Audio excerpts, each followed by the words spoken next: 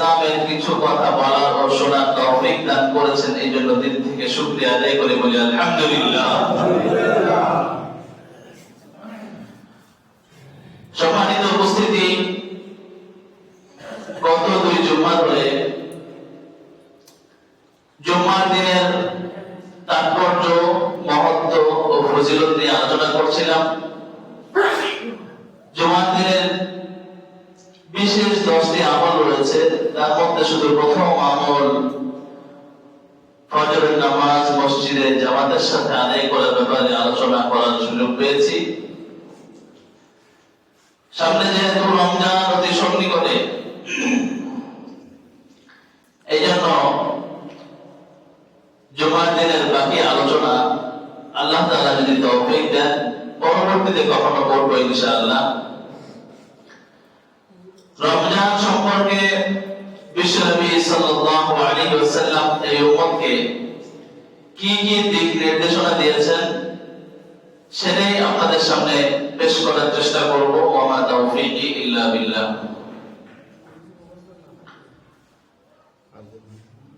সাহাবী সালমান ফারসি রাদিয়াল্লাহু আনহু তিনি একটি লম্বা হাদিস রমজান মাস উপলক্ষে বর্ণনা করেন। হাদিসটি নির্ভরযোগ্য প্রায় 25টি কিতাবে বর্ণিত হয়েছে। সহিহ ইবনে খুজাইমা হাদিস নাম্বার 1887, শুআবুল ঈমান লিল বাইহাকি হাদিস নাম্বার 3336। এই লম্বা হাদিসটি আপনাদের সামনে পেশ করছি।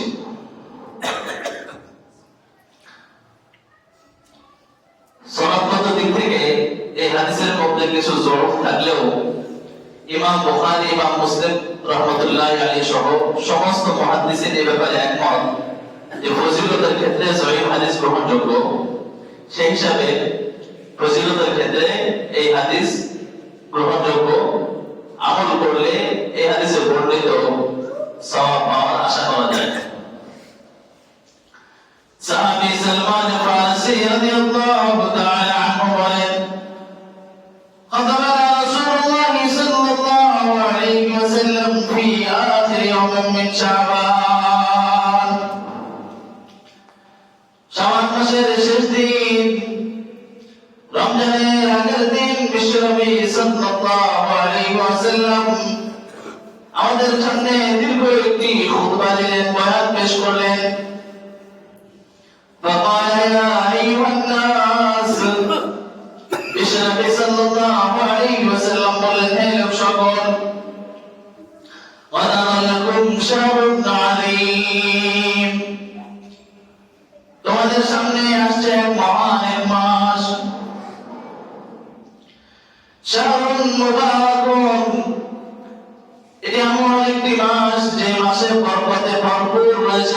সুবহানাল্লাহ। শাহরুন ফীহি লাইলাতুন খায়রুন মিন আলফি শাহরিন, এই রমজান মাস এমন একটি মাস, লাইলাতুন খায়রুন মিন আলফি শাহরিন, শেষ দশকের বিজয় রাত্রিগুলোর মধ্যে শবে কদর নামে একটি রাত রয়েছে। এই এক রাত 1000 মাসের চেয়ে উত্তম। সুবহানাল্লাহ। সারা বছরের মধ্যে 11টি মাস রয়েছে, সেখানে কিন্তু এত ফজিলতপূর্ণ রাত নেই। মুসলমানদের জন্য সবচেয়ে তাৎপর্যপূর্ণ ফজিলতপূর্ণ রাত হলো 2টি। একটি হলো লাইলাতুল নিসফি মিন শাবান, শবে বরাত, আরেকটি হলো লাইলাতুল কদর বা শবে কদর। এই 2 রাতের মধ্যে আবার শবে কদরের মর্যাদা সবচেয়ে বেশি, কারণ এই রাতে আসমান থেকে কোরআন অবতীর্ণ হয়। এই রাতকে খায়রুন মিন আলফি শাহর, 1000 মাস থেকে শ্রেষ্ঠ বলা হয়েছে। 1000 মাসে কত বছর হয় আপনারা হিসাব করে দেখবেন যে 1000 মাসে 83 বছর 4 মাস হয়। কতদিন? 83 বছর 4 মাস। তো শবে বদরের এই রাতকে এই হাদিসে 83 বছর 4 মাসের থেকেও শ্রেষ্ঠ বলা হয়েছে। কত শ্রেষ্ঠ সেটা তো আল্লাহই ভালো জানেন। সুবহানাল্লাহ।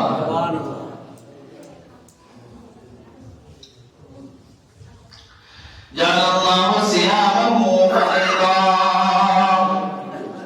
এই রমজান মাসে রোজাকে আল্লাহ তাআলা ফরজ করেছেন। ওয়া কিয়ামুল লাইলি তাতাওয়া।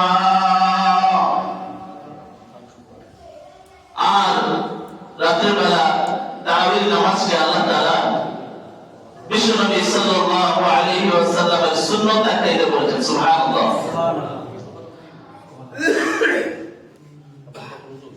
من تقرب فيه بخصلة من الخير كان كمن أدى فريضة فيما سواه। যে ব্যক্তি রমজান মাসে একটি নফল ইবাদত করবে, মান তাকাররাবা ফীহি, যে ব্যক্তি কোন ইবাদত করবে, বিখাসলাতিন মিনাল খায়র, নফল ইবাদত, কানা কামান আদা ফরিদাতান ফীমা সিওয়া, অন্য 11 মাসে ফরজ ইবাদত আদায় করলে যে পরিমাণ সওয়াব আল্লাহ তাআলা নফল আদায়ের কারণেও সেই পরিমাণ সওয়াব দিবেন। সুবহানাল্লাহ। দেখো বাকি 11 মাসে কেউ যদি 1000 রাকাত নফল নামাজ পড়ে, সেটা 2000 ফরজ নামাজের সমান সওয়াব হবে? হবে না। নফল ইবাদত বলতে কি যতই হোক না কেন সেটা কখনো কিছু সমান হয় না, ফরজের সমান হয় না। আপনার আপন মা, তিনি যে পরিমাণ সম্মানের হকদার উপযুক্ত, অন্য হাজারো নারী তারা যতই ভালো হোক না কেন, তারা কি আপনার মায়ের সমান সম্মান লাভের হকদার? ফরজ ফরজই, নফল কখনো ফরজের সমতুল্য হতে পারে না। কেউ যদি ফরজ ইবাদত করতে গিয়ে বাদ দিয়ে সারাদিন নফল জিকির আজকার কোরআন তেলাওয়াত করে, তারপরও ফজরের ফরজ 2 রাকাত নামাজের সমান হবে। বলে সুবহানাল্লাহ। কিন্তু এই পবিত্র রমজান মাসে আল্লাহ তাআলা একটি বিশেষ অফার এবং ডিসকাউন্ট দিয়েছেন, যেটা অন্য মাসে হাজার হাজার লক্ষ লক্ষ কোটি কোটি বার চেষ্টা করলেও হতো না। সেটা এই মাসে একবার একটি নফল আমল করলে সেটাকে আল্লাহ তাআলা ফরজ আমলের সমপরিমাণ সওয়াব দিবেন। সুবহানাল্লাহ। ومن أدى فريضة فيه كان كمن أدى 70 فريضة فيما سواه। আর যদি কোনো ব্যক্তি নফল আমাদের পাশাপাশি রমজান মাসে ফরজ ইবাদত বন্দেগী পালন করে, তাহলে অন্যান্য মাসে 70টি ফরজ আদায় করার সমান সওয়াব লাভ করবে। সুবহানাল্লাহ।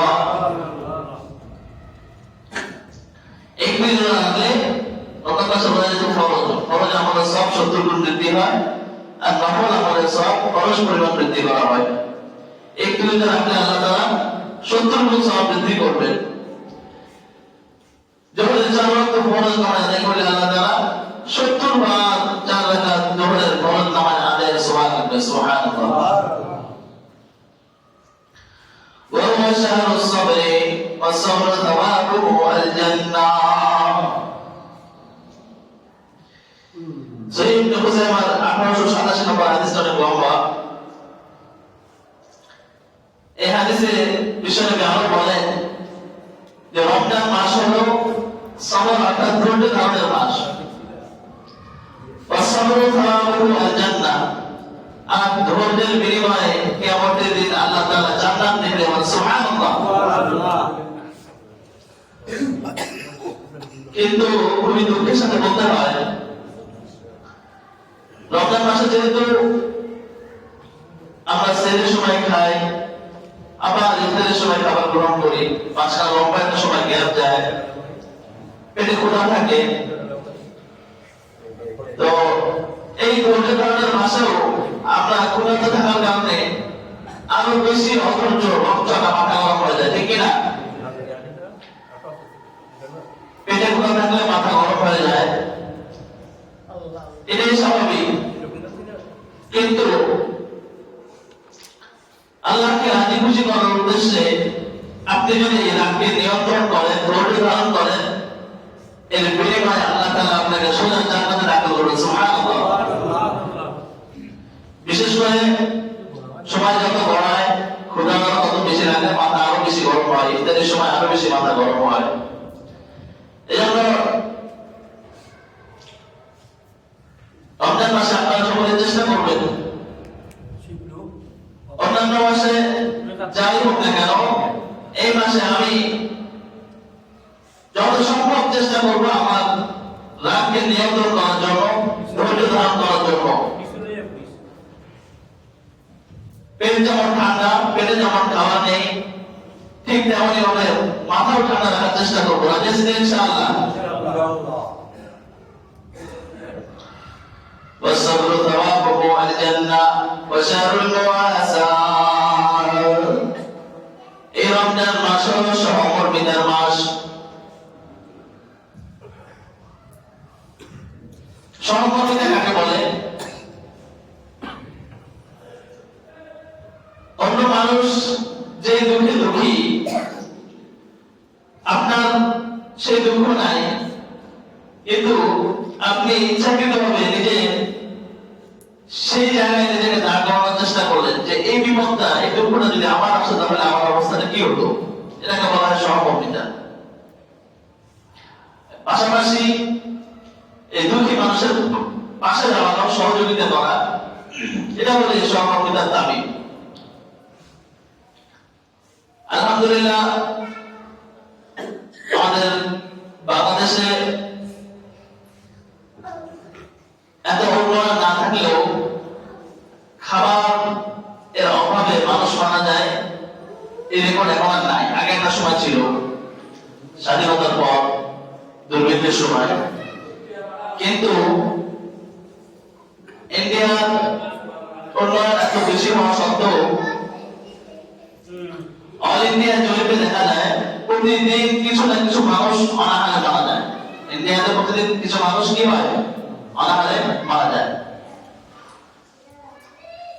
বাংলাদেশে অনাহারে তো মানুষ মারা যায় না ঠিক, কিন্তু আমি আপনি যেভাবে আল্লাহর মেহেরবানিতে তিনবার পেট ভরে খেতে পারতেছি, এমন অনেক মানুষ পাওয়া যাবে যারা হয়তো তিনবার পেট ভরে খাবার খেতে পারে না। বেশি দূরে যাওয়া লাগবে না, এই জেএমআই কোম্পানিতে যারা চাকরি করেন অনেকে আমাকে বলেছেন সপ্তাহে একদিন নাকি ডিম দেওয়া হয়, ওই দিন তারা খাবারই খেতে পারে না। কোথাও কষ্টটা হচ্ছে না? যেটা অফিসের পর্যায়ে আছে, যারা খাবার একটু ভালো বা যাদের বেতন একটু ভালো, যারা ভালো খেতে পাচ্ছেন, তারা কি কষ্টটা বুঝেন? বুঝেন। তো রমজান মাসে দীর্ঘ সময় না খেয়ে থাকার কারণে যারা আসলে অভাবী, তাদের কষ্টটা যে কি হয় সেটা বোঝার সুযোগ হয়। আমরা যেন অভাবী মানুষের দুঃখটা, ক্ষুধার কষ্টটা বুঝতে পারি, তাদের পাশে দাঁড়াতে পারি, এটাও রমজানের অন্যতম একটি উদ্দেশ্য।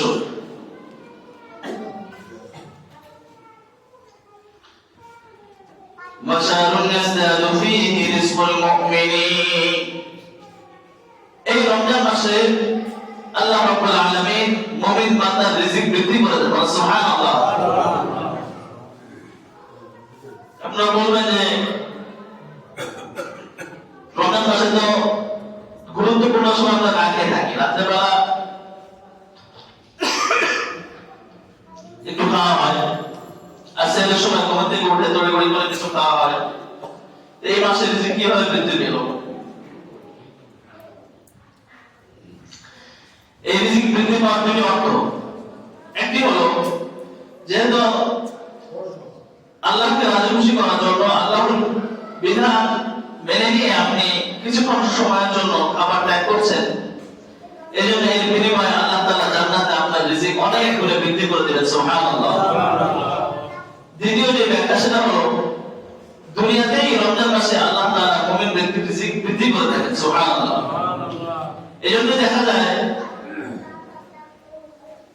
বাকি 11 মাস, বছরের বাকি 11 মাস আমরা সাধারণ খাবার খেলেও রমজান মাসে সবাই কিন্তু একটু ভালো খাওয়ার চেষ্টা করে, ঠিক কিনা?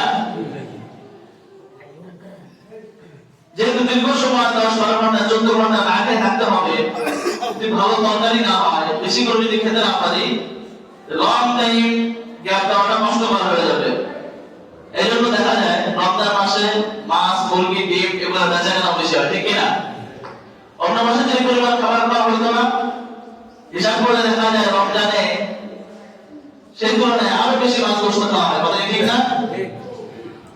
এই হাদিসের পরিমাণ বাস্তবে আমাদের জীবনে দেখা যাচ্ছে যে শাহরুল ইজদাদু ফি রিজকুল মুমিন, রমজান মাস উপলক্ষে মুমিন বান্দার রিজিক বৃদ্ধি পায়। আর একটু ভালোভাবে যদি চিন্তা করেন বাস্তবতার সাথে মিলিয়ে, বাকি 11 মাসে আপনারা বোনাস পান এমন কে কে আছেন? হাতে তুলে তো একটু।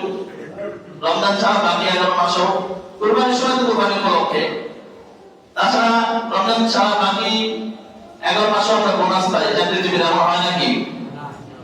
কেউ তো বৈশাখের ভাতা পায়, এটা সেটা পায়, কিন্তু রমজান আপনি ফুল বোনাস বা হাফ বোনাস পেয়ে থাকেন। তাহলে অন্য মাসের তুলনায় কি রমজান আপনার ইনকামটা বেশি হলো না? এই ব্যবস্থাটা করে দিয়েছেন কে? আল্লাহ। ঠিক তেমনই ভাবে যারা ব্যবসায়ী আছেন, রমজান মাসে গার্মেন্টস ব্যবসা তো অনেক বেশি হয়, জুতার ব্যবসা সহ খাবার দাবারের যে সমস্ত আইটেম গুলো আছে, মাছ, গোশত, চাল ডাল সবকিছু ব্যবসা বেশি হয়, ঠিক না? তাহলে স্পষ্ট বোঝা যাচ্ছে যে রমজান মাসে আল্লাহ তাআলা মুমিনের রিজিক কি করে দেন? বৃদ্ধি করে দেন।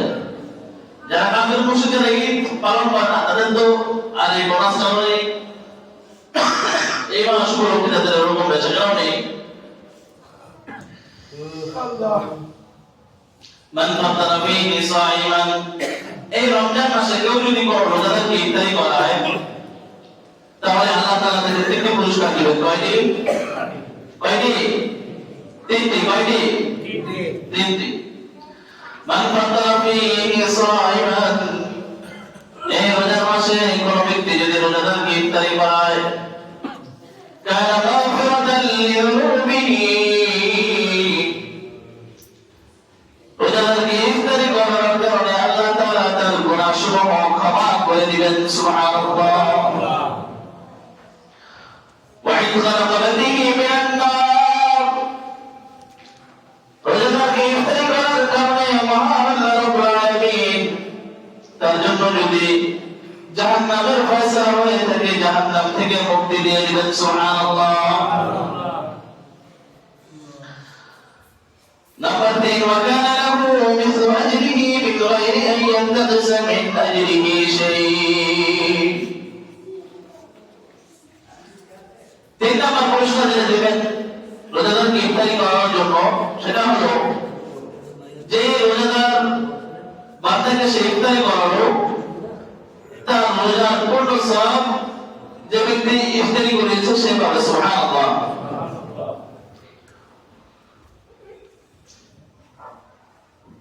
এটা শুধু মসজিদে ইফতারি দান করলেন, ইফতারি টাকা দিলেন, মাদ্রাসা দান করলেন, এটা মধ্যে সীমাবদ্ধ না। রোজাদারকে ইফতারি করানোর কথা এখানে এসেছে। আপনি একদিন ইফতারি একটু বেশি তৈরি করে আপনার ভাইয়ের বাসায় পাঠালেন, বোনের বাসায় পাঠালেন। আপনি যদি আলাদা থাকেন তাহলে বাবা মার বাসায় পাঠালেন। এটা শুধু গরিবদেরকে দেওয়ার বিষয় না, এমন নয়। ধনী ব্যক্তি, আত্মীয়, তাদেরকেও আপনি দিতে পারেন, প্রতিবেশীদেরকেও আপনি দিতে পারেন। ইফতারি করানোর এই পুরস্কার পেতে হলে শুধুমাত্র যাকাতের উপযুক্ত গরিব মানুষকে ইফতারি করাতে হবে, বিষয়টি কেমন? এমন নয়। আবার ধরুন কথা আপনার ভাই আপনার জন্য বাসা থেকে ইফতারি পাঠিয়েছে, আপনি ভাবলেন যে যেহেতু রোজার সওয়াব সে পেয়ে যাবে, এই জন্য তার ইফতারি আমি খাবো না, বিষয়টি কেমন? এমন নয়। এই হাদিসে রাসূল করিম সাল্লাল্লাহু আলাইহি ওয়াসাল্লাম স্পষ্ট ক্লিয়ার করছেন, মিন গায়রি আন ইয়ানতাকিসা মিন আজরিহি শাইউন, যে ব্যক্তি কারো ইফতারি গ্রহণ করলো, অর্থাৎ যে ব্যক্তি অন্য কাউকে ইফতারি করালো, তার রোজার সওয়াব তো সে পেয়ে যাবে।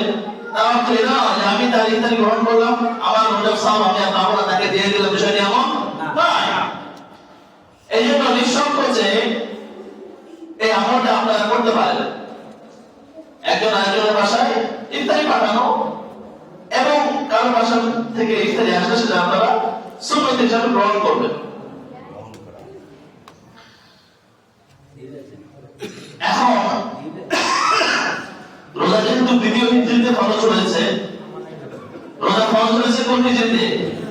দ্বিতীয় হিজরি। ওই সময় মুসলমানদের হাতে খুব বেশি অঞ্চল বিজয় হয়নি, ব্যাপকভাবে মুসলমানদের হাতে বিভিন্ন অঞ্চল বিজয় হয়ে আসা শুরু হয় অষ্টম হিজরির পর থেকে।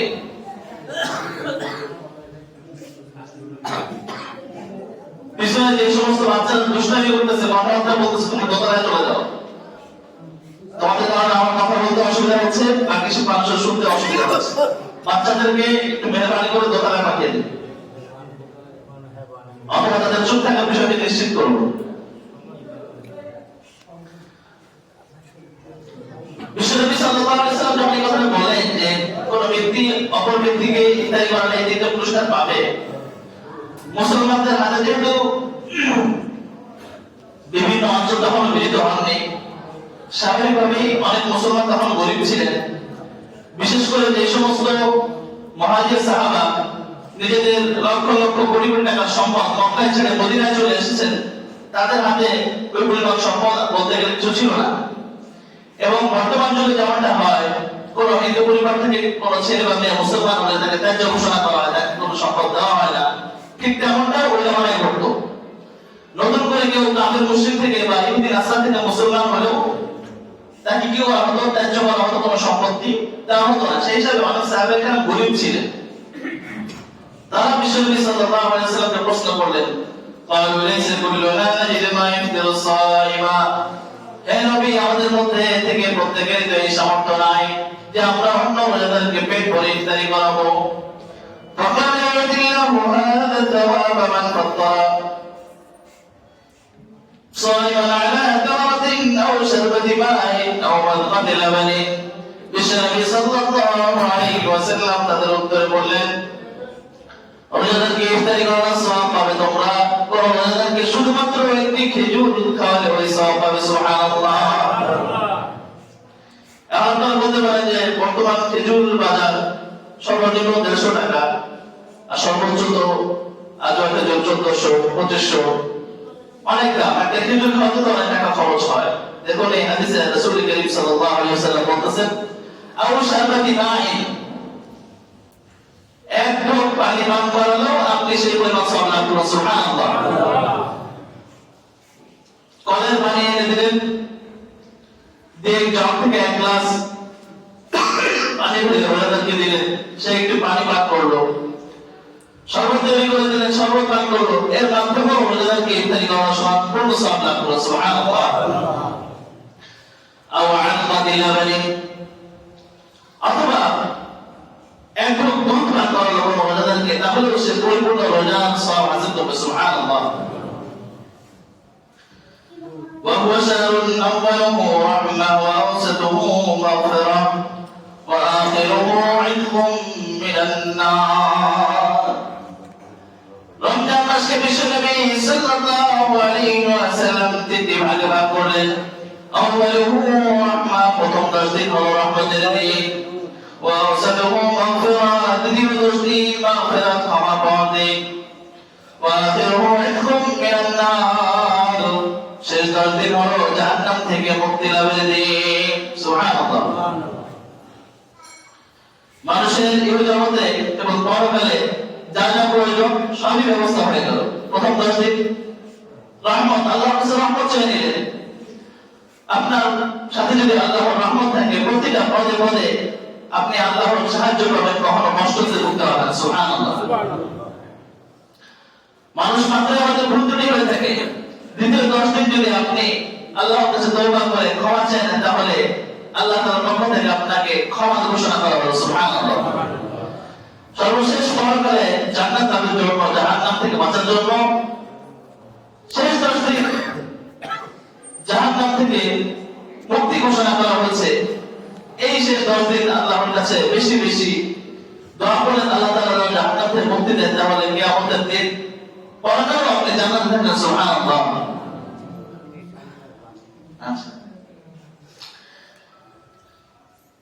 রমজান মাসে দেখেন এই হাদিসটা একটা হাদিস, কিন্তু এর ভিতরে মোটামুটি বলতে গেলে সব গুরুত্বপূর্ণ বিষয় চলে আসছে।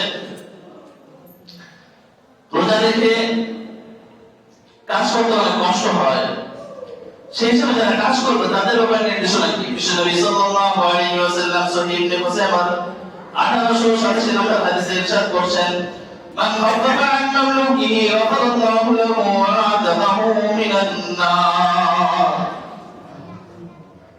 এই রমজান মাসে কোন ব্যক্তি যদি তার অধীনস্থ কর্মচারীর কাজকে সহজ করে দেয়, আল্লাহ তাআলা তাকে জাহান্নাম থেকে মুক্তি দিয়ে দিবেন, সুবহানাল্লাহ। তার গুনাহ সমূহ ক্ষমা করে দিবেন, সুবহানাল্লাহ। এজন্য যারা ব্যবসায়ী আছেন, যাদের দোকানে কর্মচারী কাজ করে, রমজান মাস উপলক্ষে তাদের ডিউটিটা একটু সহজ করে দিবে। যারা কোম্পানিতে আছেন, কোম্পানির মালিকের দায়িত্বশীলদের করণীয় হলো ডিউটিটা একটু সহজ করে দেওয়া। বিশেষ করে ইফতারির সময় অনেক ক্ষুধা লাগে, এজন্য সর্বোচ্চ 3টা পর্যন্ত ডিউটিতে রাখা। واستكثروا فيه من 4 خصال। রমজান মাসে বিশ্বনবী সাল্লাল্লাহু আলাইহি ওয়াসাল্লাম 4টি কাজ বেশি বেশি করতে বলেছেন। কয়টি কাজ? 4টি কাজ বেশি বেশি করতে বলেছেন।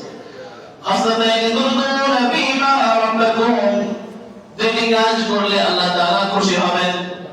ওয়া খাসলাতাইন লা গিনা বিকুম আনহুমা, আর 2টি কাজ আমাদের বান্দাদের জন্য অপরিহার্য। فأما الخصلتان اللتان تدعون بهما ربكم, যে 2টি কাজ করলে আল্লাহ তাআলা খুশি হবেন, সেই 2টি কাজ হলো এই ফাশাহাদাতু আল্লা ইলাহা ইল্লাল্লাহ, বেশি বেশি কালেমা শাহাদাত লা ইলাহা ইল্লাল্লাহ পাঠ করা। এক নম্বর কাজ হলো কি? বেশি বেশি লা ইলাহা ইল্লাল্লাহ পাঠ করা। নাম্বার 2, ওয়াতাস্তাগফিরুনাহু, বেশি বেশি ইস্তিগফার পাঠ করা, আস্তাগফিরুল্লাহ আস্তাগফিরুল্লাহ। এই 2টা কাজ করলে কে খুশি হবেন? আল্লাহ তাআলা খুশি হবেন। আপনি যদি কাউকে বিপদের সময় সহযোগিতা করেন বা এমনি কাউকে কিছু দিয়ে সহযোগিতা করেন, বিনিময়ে আপনি তার থেকে কিছু চান না, কিন্তু সে যদি এই স্বীকৃতি দেয় যে না আপনি আমাদের সহযোগিতা করেছেন, তাহলে কি ভালো লাগে না? ভালো লাগে।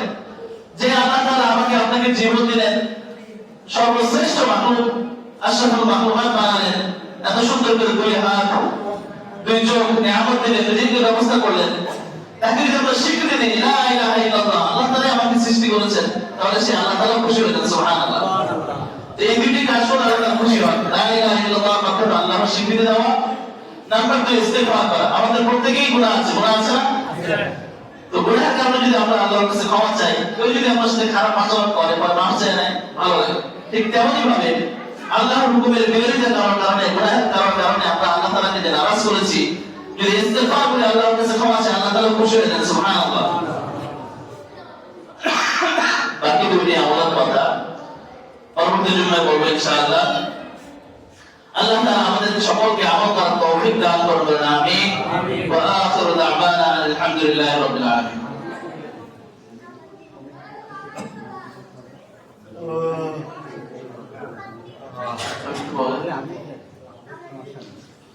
কমিটির লোক বসবে না, সবাই এলাকার সবাই বসবে। আসন্ন রমজান মাস উপলক্ষে কমিটির পক্ষ থেকে, মসজিদ কমিটির পক্ষ থেকে এলাকাবাসীর সকলকে জুম্মার নামাজের পরে বসার জন্য আবেদন করা হয়েছে। পরামর্শ হবে আপনারা সকলে বসবেন আশা করি। যাদের সুন্নত বাকি আছে, আপনারা জুম্মার 4 রাকাত সুন্নত পড়ে নিন।